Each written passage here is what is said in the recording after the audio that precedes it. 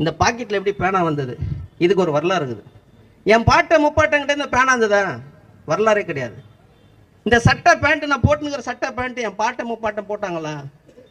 ஒரு 400 வருஷத்துக்கு முன்னாடிலாம் வேணாம், 200 வருஷம் 100 வருஷத்துக்கு கூட கண் எதிர்க்க நம்ம பார்த்துருக்கலாம். இது போட்டு இருக்கிறாங்களா? போடல. எப்படி கிடைச்சது? எந்த தத்துவம் இந்த பேனா நம்ம கையில் வந்தது? அந்த தத்துவத்தை போய் மக்கள்கிட்ட சொல்லணும்.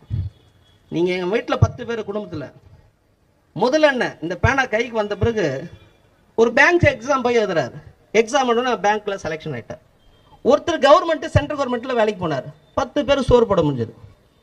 10 பேரில் 3 பேர் படிக்க வச்சு வேலைக்கு அனுப்ப முடிஞ்சது. 10 கல்யாணம் பண்ண முடிஞ்சது. இந்த மாற்றம் யாரால வந்தது? இந்த பேனா யாரால வந்தது? இந்த பேங்க் எக்ஸாம் எழுதி ரிசர்வேஷன் யாரால வந்தது? இந்த வேலை வாய்ப்பு யாரால வந்தது? இந்த 10 பேருடைய பர்சனாலிட்டி யாரால வந்ததுன்னா பாபா அம்பேத்கரால் வந்தது. அந்த தத்துவம் தான் போய் மக்கள்கிட்ட சொல்லணும். தொட்டா